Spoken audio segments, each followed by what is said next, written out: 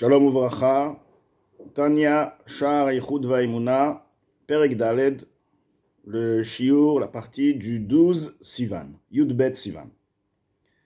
Ki hinektiv, car voici il est écrit dans le Teilim, Ki shemesh umagen Hashem Elokim, car comme le soleil est son protecteur, ainsi le nom de Hashem, Yudke Vavke, et le nom Elokim. Nous savons très bien qu'il y a le nom Hashem, Yud qui s'écrit Yudke Vavke, parmi les 7 noms. Et il y a aussi Elokim qui représente donc la puissance, qui veut dire textuellement la force. Donc, David Amelech nous compare le soleil et son protecteur, son couvercle, au nom de Hashem et Elokim. Pirouche, explication, Magen ou Nirtak la Shemesh. Le protecteur, le bouclier et le couvercle du soleil, les Hagen pour protéger, Shiuchlu Abriot les Sovlo, afin que les créatures puissent le supporter.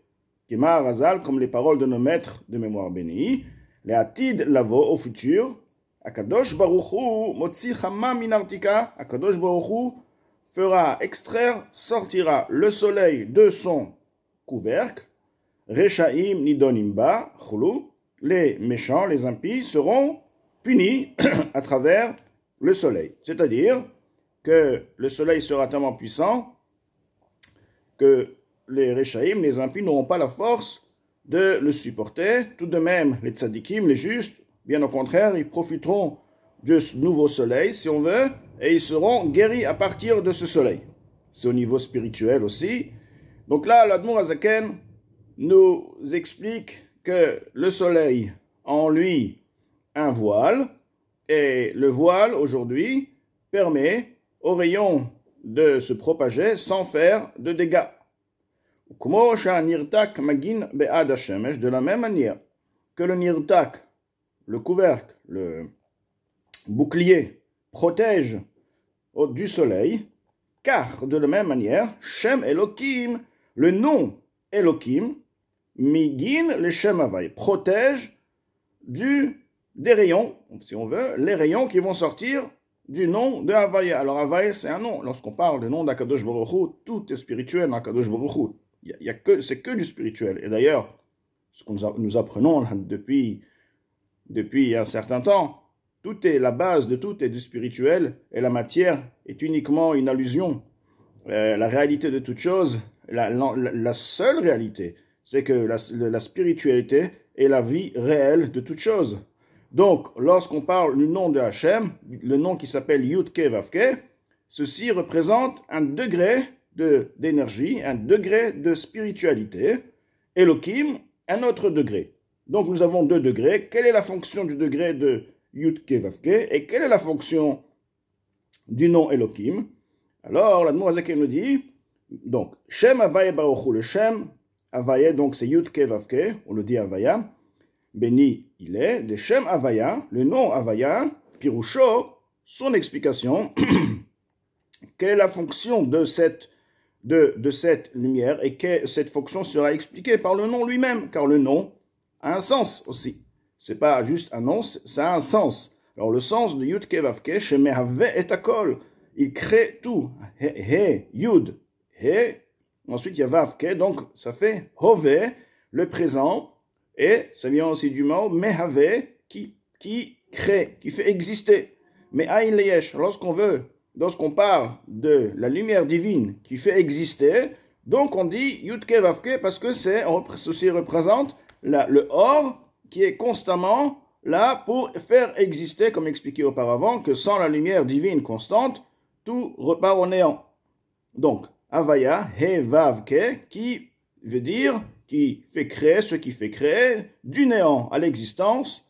Maintenant, Vea Yud, il y a un Yud quand même au début du Yud Kevavke, du nom. Vea Yud Meshameshet, le Yud sert à la Peoula sur l'action, Shehi Belashon Hove Vetamid, qui est par un langage de présent et de continuité. Que de Piresh Rashi, comme Rashi explique al Pasuk sur le verset, Kacha Yaase Iyov Kolayamim, ainsi Iyov faisait tous les jours. Ce qui veut dire, Yaaseh représentait une action qui était répétée à chaque instant, chaque jour. Donc, la création, Hové, création, le Yud, elle se fait. Donc, une création qui ne s'arrête pas infinie à chaque instant. Donc, Avaya Yud Kevavke, c'est la lumière qui crée le monde, l'énergie qui crée le monde, et qui crée de manière constante, concrètement, à chaque seconde. Donc déjà, dans le monde de Havaya, on voit déjà la manière dont la création, elle se fait de manière constante. Yud, c'est pourquoi il y a un Yud au début de Yud Kevavke.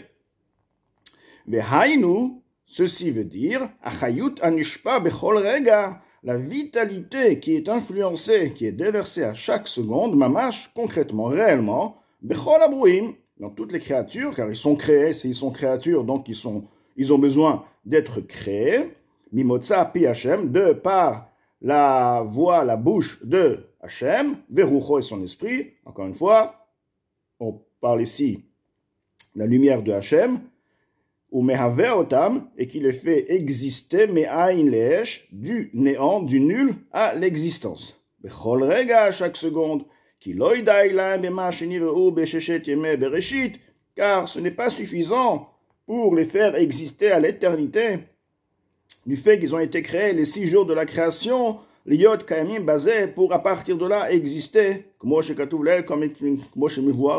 expliqué auparavant, car du fait que l'existence même provient du néant, une existence qui provient du néant a besoin d'être créée à chaque instant. Une existence, un changement de situation n'a pas besoin d'avoir ce changement réalisé à chaque instant. Lorsqu'on va changer la forme d'une matière, c'est de telle forme, l'autre forme, nous changeons juste la forme ou la photo, le dessin.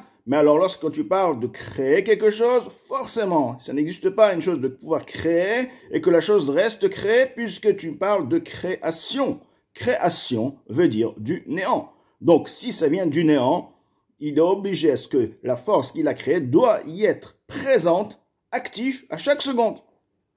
Vehine, voici, Besidur Shvachav Shel HaKadosh Baruch Hu, lorsque dans la Tfila, dans le Shemona Esrei, nos sages ont institué de dire les louanges de HaKadosh Baruch Hu, et donc ils nous ont dit ainsi, ils disent dans la Shemona Esrei Ktiv, Hagadol Hagibor Chulu, le grand, le puissant, etc. Au Pirouche Hagadol, que le sens de Hagadol, le grand, Imidat Chesed, ceci représente la mida, la mesure, l'attribut de bonté, Veit Pashtut Achayut, et la propagation de la vitalité, Bechol Haolamot, Ve'abubruim Ne'enketz, dans tous les mondes et les créatures, à l'infini, Ve'tachlit, sans limite. Liot Bruim Yain Leyesh, d'être créé à partir du néant, une existence à partir d'une non-existence, donc du néant, Ve'kayamim, et existant, Bechesed Chinam, de par une bonté gratuite. Donc, on parle de la grandeur d'Akadosh Baruch Hu. La grandeur, lorsque tu parles d'une grandeur, tu parles de bonté. Et c'est pourquoi Chesed est la première sphira des Midot, c'est l'attribut la première après les Mochin, après on appelle le côté intellectuel, car Chesed c'est la bonté et c'est la vraie grandeur, parce que la différence entre Chesed et Rachamim, la bonté et la miséricorde, c'est d'avoir pitié effectivement, mais pitié de celui qui mérite d'avoir la pitié, donc est limité celui qui ne mérite pas, celui qui n'a pas besoin, il n'y a pas de raison de lui donner. Alors que Chesed, c'est une bonté qui ne fait pas de calcul. Il est bon, il donne à tout le monde, les riches, les pauvres, ceux qui ont besoin, ceux qui n'ont pas besoin.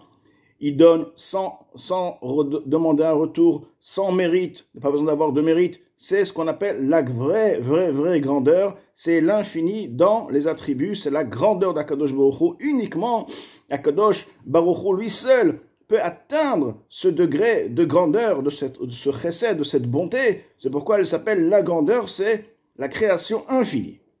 Qui ba migdulato shel HaKadosh Baruch Hu, car cette mesure ne provient uniquement de la grandeur de HaKadosh Baruch Hu, bichvodo ve'atzmo, de par lui-même en son honneur, qui gadol Hashem, v'ligdulato encheker, car Dieu est grand, sa grandeur et on ne peut pas comprendre et atteindre, même dans la compréhension. La réaliser, c'est impossible. Mais même dans la compréhension, on va dire, cette personne, elle est bonne. Cette personne est généreuse. Elle sera limitée. Sa générosité sera limitée.